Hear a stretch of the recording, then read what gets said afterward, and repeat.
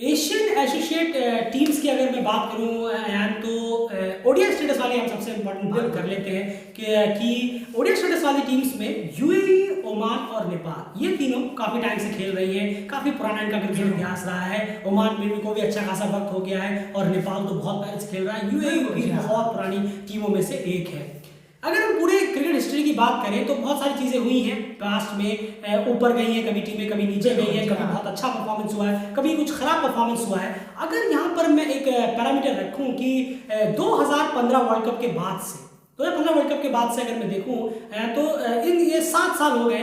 मैं 2015 इसलिए लेके गया क्योंकि 2019 के बाद का जो वक्त है वो मोस्टली कोविड की वजह से कहीं ना कहीं अफेक्टेड रहा है, तो उसमें बहुत कम मैचेस हुए हैं। इसलिए मैं इस बार को 2015 तक लेके गया हूँ। 2015 वर्ल्ड कप के बाद से अभी जो 6-7 साल हो चुका है, इसमें यूएई, ओमान और नेपाल कहाँ स्टैंड करते हैं अगर हम एशियन एसोसिएट टीम्स की सिर्फ बात करें तो। कौन सबसे बेहतर कर पाया है, कौन मिडिल में, कौन दूसरे नंबर पर रहा है या फिर कौन तीसरे नंबर पे आया। यहाँ रैंकिंग नहीं, यहाँ परफॉर्मेंस, क्रिकेट स्किल, हर तरह से यहाँ बात करने की हम कोशिश कर रहे हैं। अलग अलग तरह से यहाँ पर पॉइंट्स देने की पूरी कोशिश करेंगे। 3 इंपॉर्टेंट चीजें हैं यहाँ कि सबसे पहली चीज कि टीम ने ओवरऑल वनडे में किस तरह से परफॉर्म किया है। सेकंड चीज कि उन्होंने टी20 फॉर्मेट में किस तरह से परफॉर्म किया है। और तीसरी चीज कि वो उन्होंने क्रिकेट को अपने कितना बेहतर किया है, लोकल क्रिकेट को भी कितना ग्रोथ किया है, कितने अपने प्लेयर्स को वो जोड़ पाए हैं। ये भी इंपॉर्टेंट चीज देखने वाली है।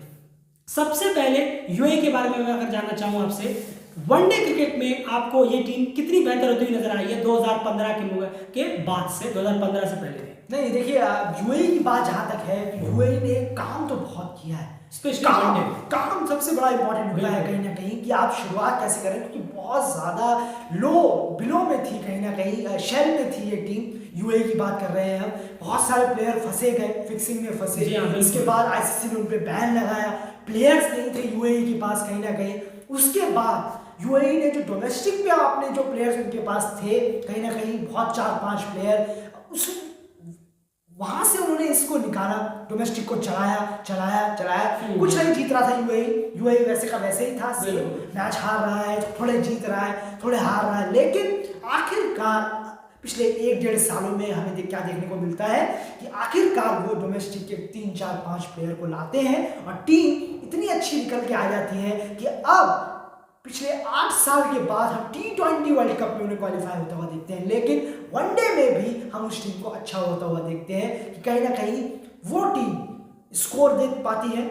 वो टीम जहां प्लेयर ही नहीं थे, पता नहीं था कि यूएई आगे कैसे और ज्यादा अपनी टीम खेल पाएगी भी या नहीं। यूएई 4-5 प्लेयर को बैन कर दिया गया था, लेकिन उसके बावजूद अहमद रजा को ऑन स्पॉट कप्तान बनाया गया। और ये सब चीजें जो यूएई ने की हैं, बहुत बोल्ड फैसले लिए हैं, ये सब चीजें आज जाके कहीं ना कहीं यूएई इतने अच्छे पोजीशन पे है, जिसका यही रीजन है कि डोमेस्टिक को जो इन्होंने लॉन्ग रन में चलाया है वो काबिल तारीफ है। लोग कहेंगे शायद कि इस 3-4 प्लेयर को बाहर से लिया, ये लिया, लेकिन वो 3-4 प्लेयर बाहर के डोमेस्टिक नहीं खेलते हैं, वो यूएई के डोमेस्टिक खेलते हैं। बिल्कुल, आपको ये समझने की जरूरत है। वृत्ति अरविंद यहाँ आके रणजी मैच नहीं खेलते। जी हाँ, बिल्कुल। और वृत्ति अरविंद, सबसे बड़ी बात है कि वृत्ति अरविंद जब 17 मेरे ख्याल से 19 भी क्रॉस नहीं किए थे तब उन्होंने इस नेशनल टीम से जुड़ गए थे। अब 17 साल की उम्र में उन्होंने क्या ही क्रिकेट खेली होगी। उन्होंने सारा डोमेस्टिक से लेकर सारा कुछ यहाँ पर, बल्कि वो एग्जाम देने वाले थे जब उनको इस तरह का कॉल अप आया कि आप यहाँ पर ट्रायल दे सकते हैं। कॉल अप आया, डोमेस्टिक वो यहाँ का खेलते हैं, यहाँ के कोच उन्हें मिलते हैं, यहाँ पर रॉबिन सिंह सर उन पर काम कर रहे हैं। ये सारी चीजें हो रही हैं। ये सब चीजें खैर जो क्रिकेट को बेहतर समझते हैं वो तो समझें, वो तो जरूर समझेंगे कि किस तरह से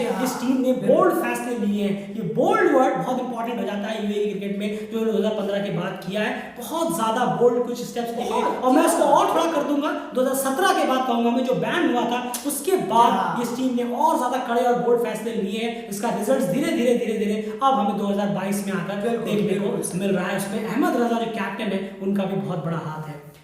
इतना तो तय है कि आज की डेट में टी20 में यूएई ज्यादा बेहतर है वनडे के मुकाबले। वनडे की बात हो गई, ऐसा क्यों लगता है हमें कि टी20 में ज्यादा बेहतर है, इसलिए वो टी20 वर्ल्ड कप भी खेल। देखिए, एक बात बहुत बड़ी है, अभी अहमद रजा का इंटरव्यू भी हुआ था कल ही हुआ था। अहमद रजा से पूछा भी गया था कि आपकी जो अभी क्रिकेट है दुबई में और यूएई में, वो कैसे चेंज हुआ है और कैसे इतना ज्यादा क्या फैल रहा है क्रिकेट।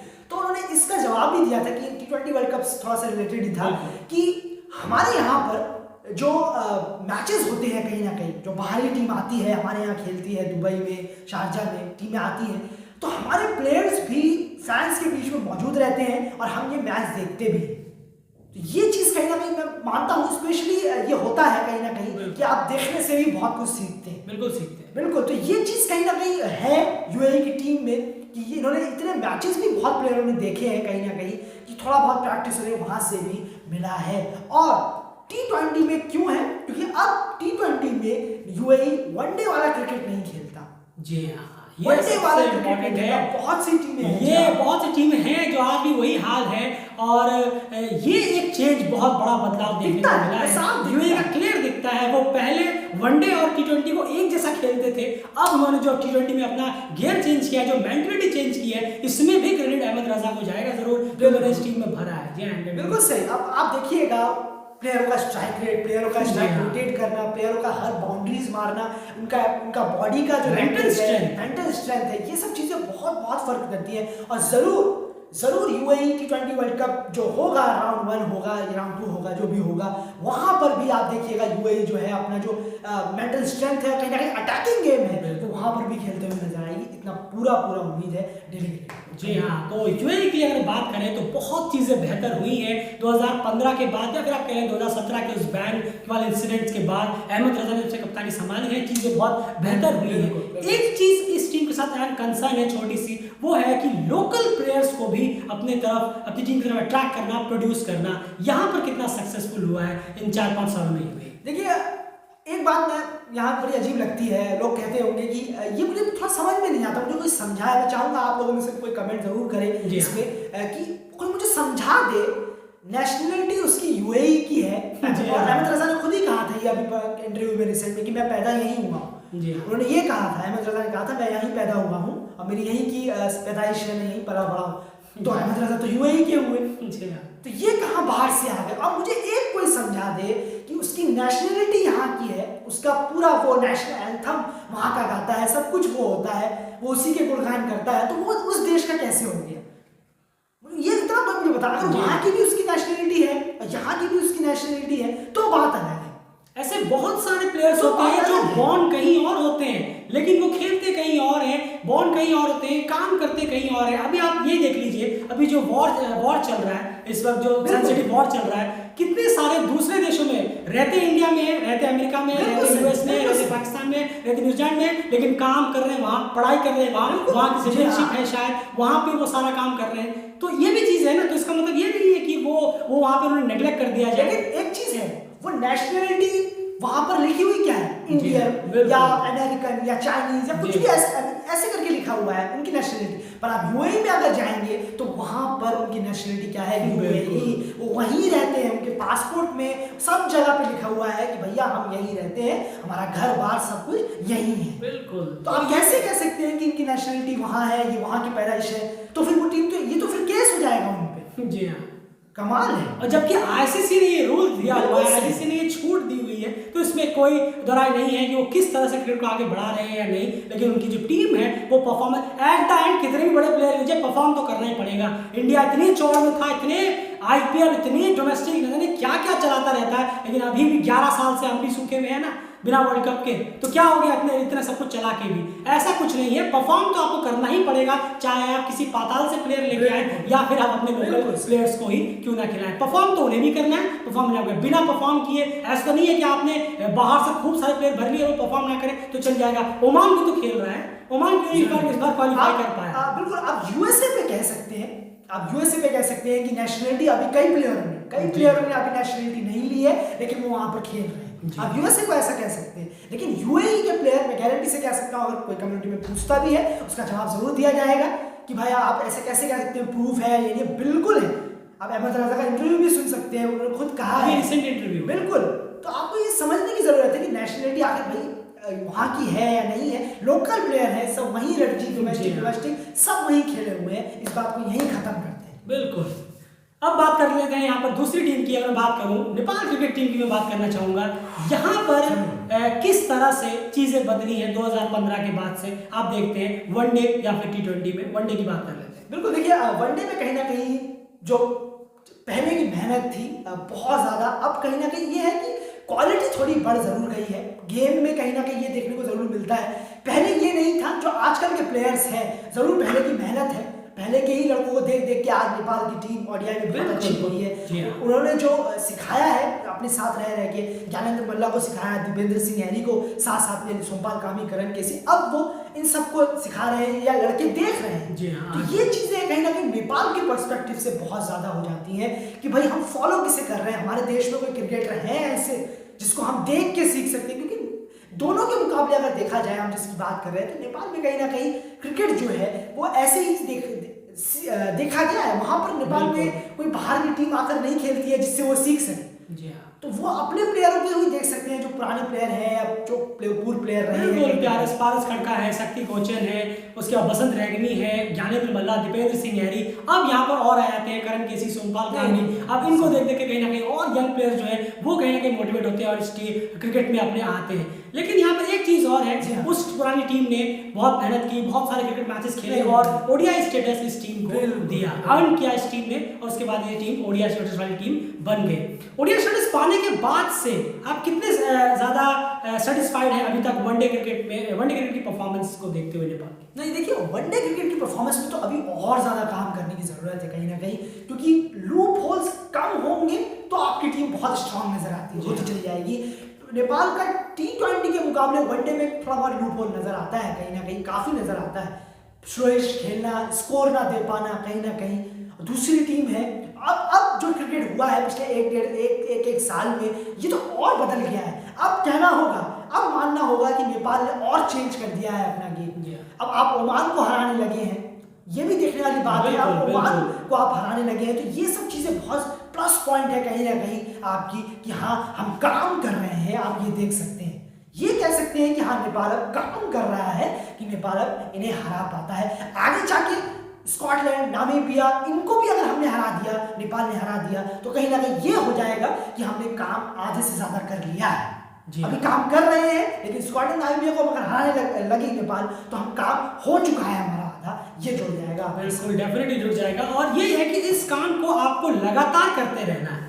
अगर ये टुकड़ों में काम हुआ तो फिर आपको कम से कम 50 साल और लग जाएंगे वनडे में स्कॉटलैंड, नामीबिया जैसी टीमों को कंसिस्टेंसी से हराने में, जो कि आप ओमान को अब करने लगे हैं। ये देखने वाली बात होती है। अगर आपने अभी काम किया, 6 महीने छोड़ दिया, फिर काम करने लगे, तो वो काम नहीं होगा, वो आराम ही होगा। ज्यादातर 6 महीने आराम करना, 6 महीने काम करना। लेकिन वनडे क्रिकेट में चीजें बदली हैं, ये T20 क्रिकेट में क्या हाल है इस टीम का? क्वालिफायर्स भले क्लियर नहीं कर पाए एक मैच हारने की वजह से, लेकिन T20 में कहना होगा बेहतर हुई है टीम। लेकिन एक बात ये भी देखनी होगी, 2014 में ये टीम कम रिसोर्सेज के बावजूद भी पहुंच गई थी, लेकिन इस बार कामयाब नहीं हुई। नहीं, देखिए दुखी तो होना चाहिए, इतना होना चाहिए। अपसेट बहुत बड़ा वाला अपसेट था कि इतने अच्छी टीम होने के बावजूद 2014 में आपके पास इससे आधे का भी आधा नहीं था, तो आपकी टीम पहुंच गई। सिर्फ 1, 2, 3 प्लेयरों के अंडर पे वो टीम थी, तब वो टीम वहां पर क्वालिफाई करी, राउंड खेला उन्होंने, वर्ल्ड कप खेल गए। लेकिन यहाँ पर आपके पास 5-6 प्लेयरों का एक अच्छा सा ग्रुप था जो परफॉर्म कर सकता था, लेकिन उन्होंने किया नहीं। तो ये अपसेट तो बहुत बड़ा है, लेकिन इससे ये है, ये नहीं बनता कि हाँ टीम खराब हो गई, टीम घटिया हो गई, ऐसा बिल्कुल नहीं है। बड़ी टीमें भी चोक कर जाती हैं। साउथ अफ्रीका तो इतनी बार चोक कर चुकी है वर्ल्ड कप में कि वो खुद ही हैरान हो जाते हैं कि भैया हमसे गलती कहाँ हुई। तो ऐसा नहीं है, हो जरूर जाता है, लेकिन टीम इंप्रूव बहुत हुआ है, ये जरूर है। पर अगर आप स्ट्रिक्टली वर्ल्ड कप के बेस पे देखेंगे, आईसीसी प्लेटफॉर्म के बेस पे देखेंगे, तो ये टीम बहुत ही ज्यादा लो हो गई है, कहीं ना कहीं 2014 से नहीं कर पाई। अगर मैं इस बार की बात करूँ सिर्फ आईसीसी, लेकिन आप बेसिक देखेंगे कि T20 आई में कैसी हो गई है भैया हमारी टीम, तो बहुत बेटर हुई है कहीं। जी हाँ, बिल्कुल, इसमें कोई दौरा नहीं है, बेटर जरूर हुई है। इसको और बेटर करना है। कोई बहुत सारे प्लेयर जो अब, क्योंकि अब क्या है, आपके पास यंग प्लेयर जोड़ने की बारी आ गई है, तो जब आप यंग प्लेयर्स को जोड़ेंगे तो उन पे वापस से वो काम करना होगा जो आपने पहले के प्लेयर्स के साथ किया, जो आपने 2014 के बाद से प्लेयर्स के साथ किया अपनी टीम में जोड़ते वक्त, वही काम आप इन प्लेयर्स के साथ भी आपको करना है। इनको भी खिलाना है, इनको भी लगातार इन पे गलतियों पे काम करना है। खिलाने का मतलब नहीं खाली गलत खेलते रहे और आप खिलाते रहे, आपको काम करके उनको खिलाते रहना है लगातार। ये सारी चीजें हम देखने वाली बात है। तो कहीं ना कहीं आज के दौर में अगर हम कहें तो इस स्टैंड पे नेपाल खड़ा है कि वो ओमान से तो बेहतर है, लेकिन यूएई से अभी काफी ज्यादा पिछड़ा हुआ है। अगर मैं कहूं दोनों ही फॉर्मेट में, इसमें कोई गलत नहीं होगा। कुछ टुकड़ों टुकड़ों में परफॉर्मेंस नेपाल की निकल कर आती है, जो कहीं ना कहीं उन्हें खुशी भी देती है, लेकिन उससे ज्यादा कहीं ना कहीं आपसे तकलीफ भी पहुंचाती है। इसका एक सबसे बड़ा एग्जांपल है कि आपने रीजनल एशिया कप के रीजनल क्वालिफायर्स भी हारे थे, उसके बाद आपने 2021 का वर्ल्ड कप के लिए जो रीजनल क्वालिफायर्स हुए वहां पे आपको शायद कतर या कुवैत से हार का सामना करना पड़ा, और इस बार भी आप कहीं ना कहीं आयरलैंड के सेमीफाइनल में यूएई के हाथों बुरी तरह से हारे, और यहाँ पर भी सपना चकनाचूर हो गया। ये टुकड़े टुकड़े में परफॉर्मेंस बहुत ज्यादा डेंट करता है, बजाय कि आप एक ही झटके में खराब खेलें। Last but not the least, Oman team की बात करना चाहूंगा। यहाँ पे भी यूएई जैसे कुछ हालात हैं, 2 लगातार T20 वर्ल्ड कप ये खेली है टीम, बहुत अच्छा कर रही थी, अचानक से क्या हुआ, और वनडे में ये टेबल टॉपर है वर्ल्ड लीग 2 सीरीज में, क्या वो वनडे में T20 से बेहतर है, ये एक सब पहला सवाल है। नहीं देखिए, ओमान, बिल्कुल ओमान की जो टीम है कहीं ना कहीं कहना होगा, ये नहीं कहना चाहिए, लेकिन अब ओमान थोड़ा अलग रास्ता पकड़ रहा है। अब ये देखने में आता है कि ओमान क्रिकेट को लेकर अपने कितने ज्यादा डेवलपमेंट चाह रहा है, ये इतना नजर नहीं आता, बजाय जो यूएई थोड़ा कर रहा था कहीं 2015 से पहले जिस रास्ते में यूएई था, एग्जैक्ट उसी रास्ते पे ओमान चल रहा है। वो रास्ता क्या है? बिल्कुल, आप देखिएगा, आपको प्रैक्टिसिंग की या फिर ये है कि डोमेस्टिक की तो जरूर होती है, डोमेस्टिक बहुत होता है, इसमें कोई दोहराई नहीं है, बहुत अच्छा डोमेस्टिक स्ट्रक्चर है ओमान का कहीं ना कहीं, पर अब वहां से आप प्लेयर्स को लाने पे, टीम में लाने में कहीं ना कहीं ऐसा हो सकता है कि आप जल्दबाजी कर दे रहे हैं। ये है, जरूर है कि जल्दबाजी कहीं ना कहीं हो जा रहा है, या फिर ओमान के पास जो पुराने प्लेयर हैं, जो अभी प्लेयर रेडी नहीं हुए हैं, ओमान उन्हें जल्द से जल्द अपनी टीम में भरना है। जी हाँ, और बिल्कुल जो पुराने प्लेयर्स थे ओमान के साथ जुड़े हुए, उनको खेलते खेलते आपने ये नहीं सोचा कि हमें आगे इनके रिटायर होने के बाद भी तो प्लेयर चाहिए होंगे, अब वो जगह आपने वो ध्यान नहीं दिया, तो अब आपको प्लेयर की किल्लत पड़ी, तो आपने तुरंत आधे पके हुए प्लेयर डोमेस्टिक से उठा लिए। इसीलिए ये प्लेयर एक दिन परफॉर्म करते हैं, 2 दिन फ्लॉप जाते हैं, एक दिन परफॉर्म करते हैं, 2 दिन फ्लॉप जाते हैं, और ये सबसे बड़ा ओमान का रीजन है। और जो रास्ते की हम बात कर रहे थे यार, वो रास्ता कहीं ना कहीं है कि आप चकाचौंध, ग्लैमर और स्टेडियम को हाई लेवल बनाना, यहाँ आकर ये खेलिए, दूसरी टीम्स को बुलाइए, आप हमें होस्ट का मौका दीजिए, ये करिए वो करिए, इन चकाचौंध में ज्यादा आप घिरते चले जा रहे हैं, अपने क्रिकेट पे थोड़ा सा ध्यान कम होता जा रहा है। क्या यही है? बिल्कुल, और ये भी कहना बुरा नहीं होगा कि आप किसी को इम्प्रेस करने में भी लगे।